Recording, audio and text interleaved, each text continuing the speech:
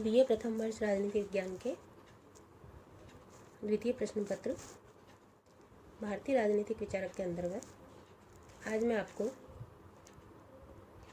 मनु द्वारा रचित मनुस्मृति के बारे में विस्तार से बताना चाहूँगी।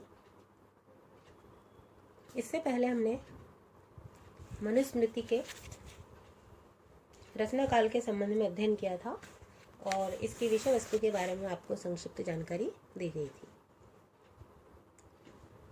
आज हम चर्चा करेंगे कि मनुस्मृति की जो विषय वस्तु है वह कितनी व्यापक है और किन किन अध्यायों में इसको विभक्त किया गया है।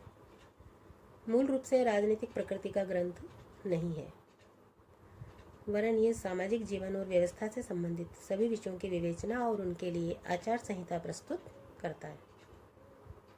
मनुस्मृति के अनुसार राज्य सामाजिक व्यवस्था की एक अनिवार्य और महत्वपूर्ण उपव्यवस्था है। मनुस्मृति में 12 अध्याय तथा 2694 श्लोक हैं।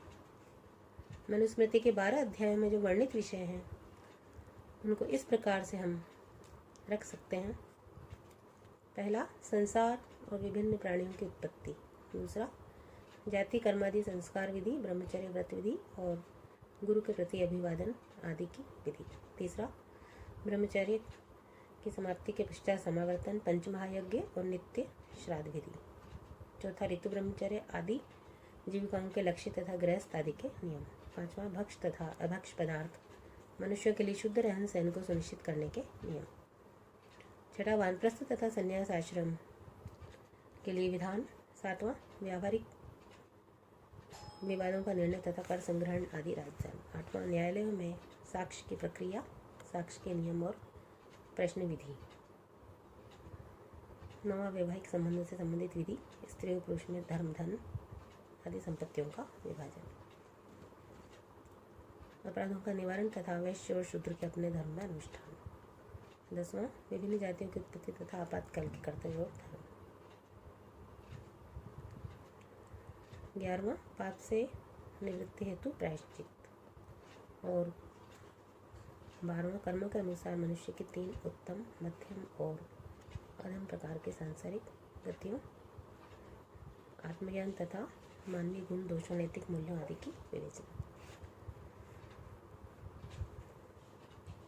वस्तुतः मनुस्मृति मानवीय जीवन का संपूर्ण विधान है तथा इसमें मानव जीवन के समस्त पक्षों के सार्थक और उद्देश्यपूर्ण नियमन के लिए आचार संहिता प्रस्तावित की गई है। अब हम चर्चा करते हैं कि मनु ने राज्य की उत्पत्ति के सिद्धांत का प्रतिपादन करते हुए राजा को धर्म के अधीन रहते हुए कार्य करने के लिए कहा है। अतः धर्म से मनु का आशय क्या है ये हम समझेंगे। मनु ने धर्म शब्द का प्रयोग बहुत व्यापक और विशाल अर्थ में किया है। मनु का धर्म शब्द संस्कृत भाषा के दृढ़ धातु से बनाया है जिसका अर्थ होता है धारण करना। अतः इसका अभिप्राय उन सभी गुणों, तत्वों, नियमों और व्यवस्थाओं से है जिन्हें मानव मात्र के द्वारा धारण किया जाना चाहिए। धर्म से मनु का आशय यह है कि सभी व्यक्ति अपने निर्धारित कर्तव्यों का पालन करते हुए परम लक्ष्य मोक्ष की ओर प्राप्ति की ओर अग्रसर हों। सभी व्यक्तियों द्वारा स्वधर्म का पालन किए जाने पर ही समाज की व्यवस्था संभव हो पाती है। अब हम चर्चा करेंगे कि राज्य में धर्म और दंड यानी संप्रभुता का आधार धर्म और दंड है। मनुस्मृति में राज्य को धर्म पर आधारित मापदंडों को स्थापित करने वाली उद्देश्यपूर्ण संस्था के रूप में चित्रित किया गया है। धर्म और राज्य को परस्पर निर्भर माना गया है और इस बात पर बल दिया गया है कि राज्य का अस्तित्व धर्म के प्रवर्तन के लिए होता है।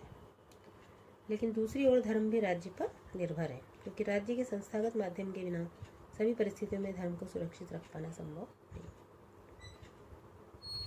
मनु ने न केवल राज्य और धर्म को परस्पर संबद्ध माना है, वरन मनु की विचारधारा के अनुसार धर्म और दंड भी परस्पर संबद्ध है। समाज का एक बड़ा भाग सदैव ही मर्यादापूर्ण और धर्म सम्मत रूप में जीवन व्यतीत करने की इच्छा रखता है। तो इस प्रकार से मनुस्मृति में